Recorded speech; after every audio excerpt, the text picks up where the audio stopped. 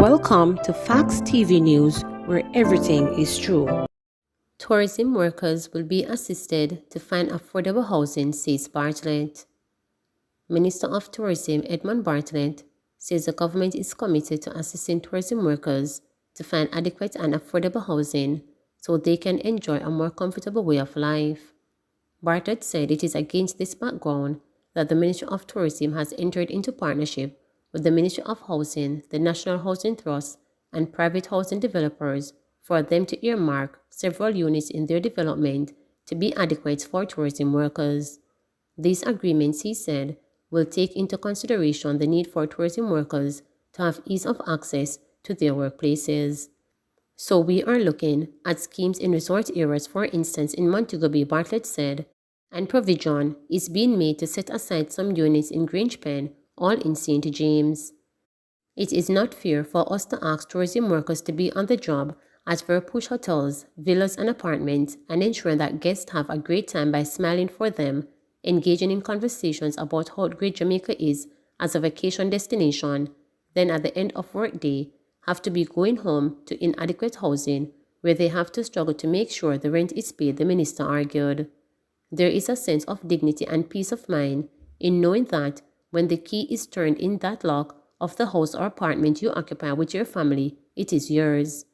Bartlett went on to say he is confident that once workers are comfortable within the confines of their own personal homes, the tourism sector is guaranteed to get individuals who are more committed and will give you everything they have.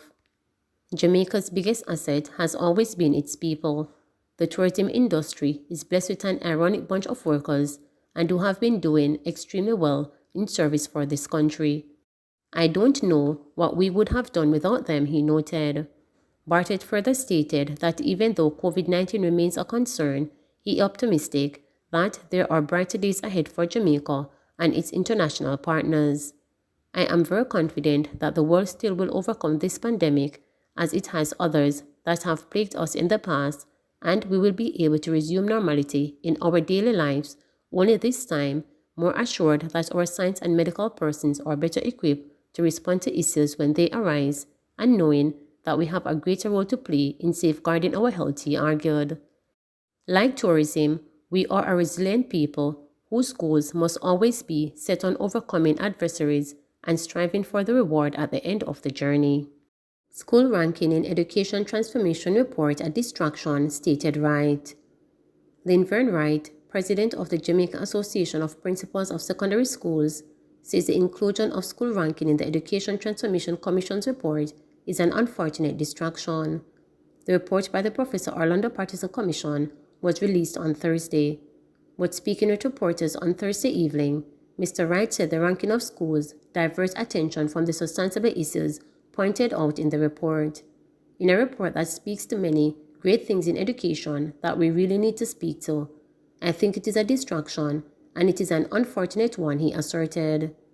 Principal of Camperdown High, Valentine Bailey, who was also a guest on the program, said while he does not support the ranking of schools, he understands how it can lead to schools improving their performance.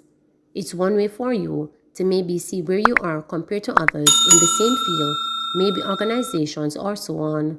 In this case, it's education, so there is a place.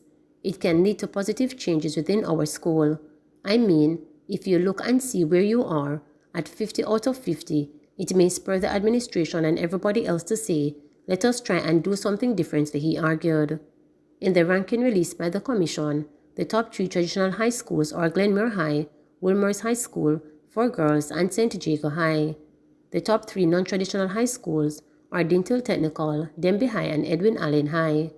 In terms of the Commission's recommendations, Mr. Bailey suggested that serious commitment is needed in relation to implementing changes to improve the overall performance of schools.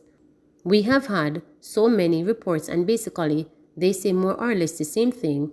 Yes, the report is out. What will the ministry do? It has to be a commitment, a serious commitment, to getting some of these recommendations up and running. We have to make up our mind about the education, said the principal. Mobile Property Tax Unit returns to St. James this month. The St. James Property Tax Compliance Team says it is hopeful that with the return of the local government and rural government property tax mobile unit to the parish in January, more non-compliant people will be encouraged to clear up outstanding property tax payments. As it stands, arrears of over Jamaica $394 million is owed in property taxes for areas inclusive of Coral Gardens, Torado Heights, Adelphi, Canaan, Somerton, Cornwall Courts, and West Village, according to the entity. As such, the upcoming property tax promotional session are specially geared towards benefiting these and surrounding areas, it said. The mobile tax unit is slated to visit the Cornwall Courts Community Center on January 26, Adelphi Square on January 27, 2022, Blue Diamond Shopping Center in Iron Shore on January 28, 2022, and Montego Bay, West Village on January 29, 2022. Chief Executive Officer of the St. James Municipal Corporation, Gerald Lee, stated that as the mobile property tax unit continues to make its runs in St. James, property owners, lease and tenants are being encouraged to comply and avoid penalties. Persons who find it challenging to make their annual payments are being encouraged to visit the locations to make queries and payments towards property taxes. As part of our quick response, persons can reach out to compliance officers to make queries and payments arrangements regarding property taxes on any of the following numbers: 876-553-1417 or 876-553-3875 or 876-553-3893 or 876-553-1415, Lee added. With emphasis on the convenience of the mobile unit and against the backdrop of the COVID-19 pandemic, residents, especially the elderly, are also being encouraged to utilize the mobile outstations to avoid the hassle of long lines at the revenue center. According to the regional manager for the local government tax unit, Wendy Smith Perkins, while there was great feedback from property owners last year, we do see where much more can be done. Likewise, we are highlighting the payment plan option, which continues to be a stable feature being promoted. Persons who find it challenging to make their annual payments are being encouraged to visit the locations and utilize different payment options available.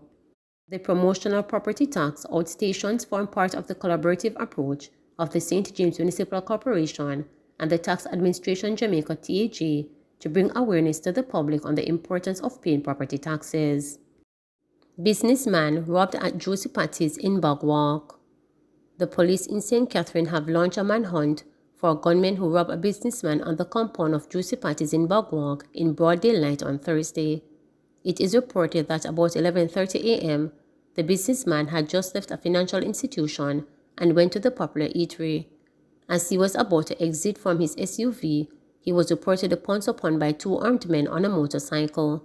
They assaulted him and relieved him of an undetermined sum of money. A policeman ran from the inside of the food store and engaged the robbers in a shootout, but they escaped. Police investigators subsequently visited the premises to comb the scene for forensics and ballistic evidence. The area was cordoned off and dozens of customers turned away. COVID-19 survivor thanks KPH. Desmore Harriott has a great deal to be thankful for, and he is crediting the healthcare professionals at Kingston Public Hospital KPH for helping him recover from the novel coronavirus. The 45-year-old, who has comorbidities including high blood pressure and an enlarged heart, tested positive for the virus and was admitted to the COVID-19 isolation ward at KPH in March 2021 for 2 weeks. After being in the hospital for the first 2 days, I started to feel very anxious. I was having severe chest pains, and when I coughed, my whole body shook. I was really wondering if I was going to survive this thing, he shared. Harriott described being on the COVID-19 isolation ward as emotionally drained, sharing that he even witnessed other COVID-19 patients succumbing to the disease. It was difficult being isolated and not being able to see my loved ones, he said. However, Harriott noted that as best as possible, the nursing staff did their best to make sure that you feel at home, otherwise you will feel like you are out on a deserted island. The doctors and nurses are attentive. They were like angels from heaven. Being on the ward, you could see them there with others who were in more critical condition than I was. Nevertheless, they made every effort to check on me regularly, and give me the personal care and attention I needed, both physically and emotionally. A hospital is not a place you would want to go to, but while I was there, everyone took good care of me, said Harriet, who had undergone surgery at KPH in 2018.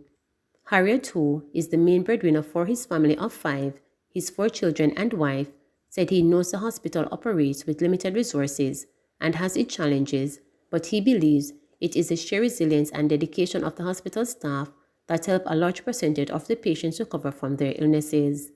Having formed friendship with some of the hospital staff, Harriet said he heard the news of KPH being named the main beneficiary of this year's Sagicor Sigma corporate run, which has been pushed back due to the onset of the 4th wave of the pandemic currently affecting Jamaica. There is so much more that can be done to help KPH, so I am very happy that the Sagicor Sigma run will be raising funds for the hospital. If the facilities are improved, then it might make the workload of the staff easier to manage. I have seen nurses doing up to 3 shifts back to back just to make sure we survive COVID. They do their best to help patients, and they deserve so much more credit for all that they do, he shared. The annual Charity Road Race was previously announced to be held in February with 3 race events, a virtual run, a corporate team bobby run, and an invitational run schedule to help raise funds for KPH. For the safety of our participants as well as our team, we have taken a decision to push back all the activities for this year's event until we are in a much better position to assess this 4th wave, said Alicia White, Executive Director of the Sagicor Foundation.